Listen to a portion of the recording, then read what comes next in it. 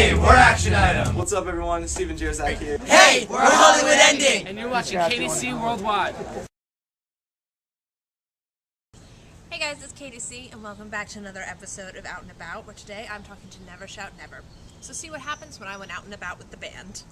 Hey, this is Katie C, and I am here with Never Shout Never. How you guys doing today? Stupendous. Good, I'm glad to hear it. So how about we get started with your new song, Trouble, which was certified gold. How does that feel? It's cool because we recorded that song. I wrote it the night before. Wrote it in my car, driving up to the studio, or driving back from the studio. Then drove back up, recorded the whole thing for like $100. And then, actually it was just a demo first, and then we just put it on iTunes independently. And then it's been, I don't know, what, 4 years? ago. 3 years ago, 4 years ago now? Yeah, So, I mean, it's fucking cool. Okay, that's pretty big news. So where were you when you found out? Oh, I don't know. I really don't care. Sitting right here with you. I think I remember we were in a car when you told me or something. I think we were in a car drive. I was like, hey, that shit went gold. Isn't that cool? Cool. Yeah. We don't give a fuck about that stuff. I mean, we really don't care about any of that. I mean, especially with that song, you know, like, we don't care. Like, if it was our last record or something, we'd be like, yeah! But it's like a song that's been out for like 4 years and was, you know, I was just a kid when I recorded. It's pretty dorky, you know, but I love that song. We're actually going to redo it on this next record, make it really badass. So, we're already working on a new rendition that's fucking, like, next level stuff, so I'm excited about it. You guys mentioned that there's a new album that you're working on right now. Yeah. So, Yeah. what's going on with it? Can you tell us anything about it so far? Yeah, it's going to be called Indigo, and it's pretty much like a combination of all the styles that we've worked with in the past, and then new styles that we're working with now, and pretty much, I mean, it's definitely going to be our most diverse record stylistically, and it will also be our best record musically. Definitely working with a lot more. Sorry. A lot more musicality on this one. I mean, the chords are just kind of unheard of. Some of the chord progressions that we're using, you know, very Beatles-esque, but kind of next level with the seventh chords that we're using and things like that. So I'm excited about that. So do you think it's going to be more similar or different than some of your older sound? It's gonna be a mixture of a little bit of that, but it's definitely gonna be a lot more mature. I mean, we're different people now. I'm 21. You know, whenever I started this, I was 16. So there's a big age difference there. So the sound is gonna be a lot more mature. My voice is a little deeper than it used to be. So that's gonna be nice. It's gonna be a little more soothing and a little less, angsty 17-year-old. You know, trying to screech out his emotions. You know, so it's gonna be more just mellow vocally.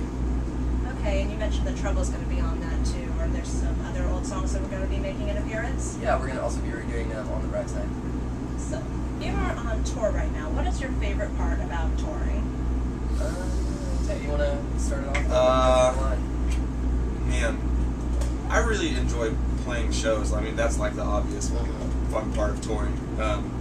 But I don't know, just hanging out and kind of getting away from the monotony of real stuff in the real world, somewhere back elsewhere. Yeah, it's definitely a different reality out on the road. You know, we live a different lifestyle. You know, we get to drink all day if we want. You know, not saying that we don't do that back home, but I'm a wine drinker, so I'll sip on some wine and smoke bud all day. And It's kind of like a paid vacation. it really is. Except we get paid to do it. Which is Yeah. really cooler. So we get to see the world, and I mean, my favorite thing is just traveling. I love new energies every day. You know, waking up in a completely new spot with a different vibe to it, and I learn from each difference, from each subtle difference, and that's my favorite part is learning from the changes. What's your favorite part, dude? Just getting out, being away from home. It's nice.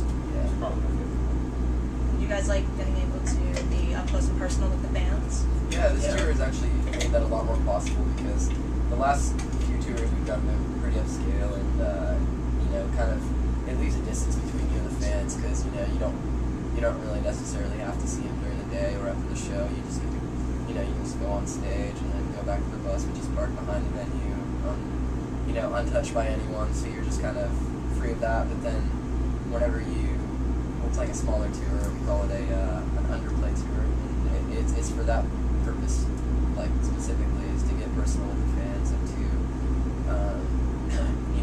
to make it to where we're at their fingertips all day and all night, and yeah, it can be a little intense sometimes, but I really like it. I mean, I like the difference. I like the balance between the two because this keeps level-headed, and you know, smaller rooms, we don't get taken care of as much. You know, we don't get paid as much, things like that. So it keeps us level, you know. And then when we go out and do the big tours, it's pretty easy to get kind of rock star, you know. So these definitely bring us back down, which is nice. Okay. And what do you think has been your most memorable moment with a fan?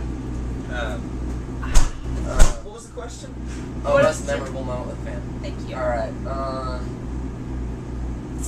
I don't know. There was that one in Florida where the girl hid in the dressing room, snuck past security. Yeah, that was intense. She was hiding in the dressing room, like she had snuck past security, and then when we got in there, she goes, "Can I have a picture?" I'm pretty sure she was hiding in the dark too, like the lights were She was off. like hiding behind a chair, like out, Closet. and she like. No, but she was cool, and then I don't know. Whenever fans get like tattoos and stuff that are inspired by our music, I think that's pretty fucking sweet. I mean, I don't like recommend it for people or encourage it, but whenever it does happen, it hits me in a certain spot because I don't know if they realize that that's gonna, you know, be on their body unless they get it removed for the rest of their life. You know, I've never gotten lyrics tattooed on me before, so I don't know how that is, but It's there. yeah. So that's cool though. I really get motivated by that. It makes me feel like I'm, you know, it keeps me going because I'm like, oh shit, if I got that tattoo for the rest of their life, I hope that I'm playing for the rest of my life, at least the rest of their life.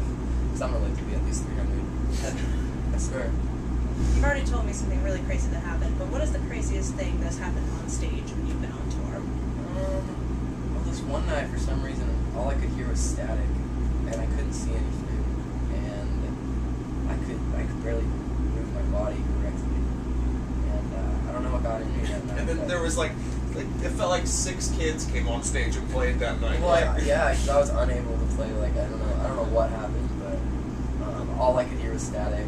Everything was kaleidoscoping around me. And I was in a very, very intense spiritual place, and but it was just the wrong timing, or the right timing, because I did it on purpose. But long story short, I'm a dog, and I'm only pretending to be a cat.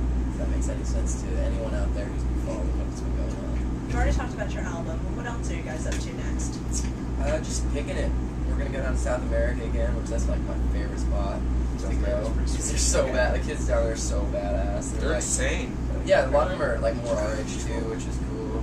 And they see us as like more rock and roll, you know. Like they see us as like a lot more rock and roll than the people here in America. Here in America, they don't really see us as like a rock and roll group. Down there, they see us definitely as like, you know, like, they fucking die hard rock and roll fans of us, you know, like. So I really like that vibe, is because I think we're pretty rock and roll. So hey, what's up? Oh, we're Never Shout Never. And you're watching CatieCWorldwide. Yeah!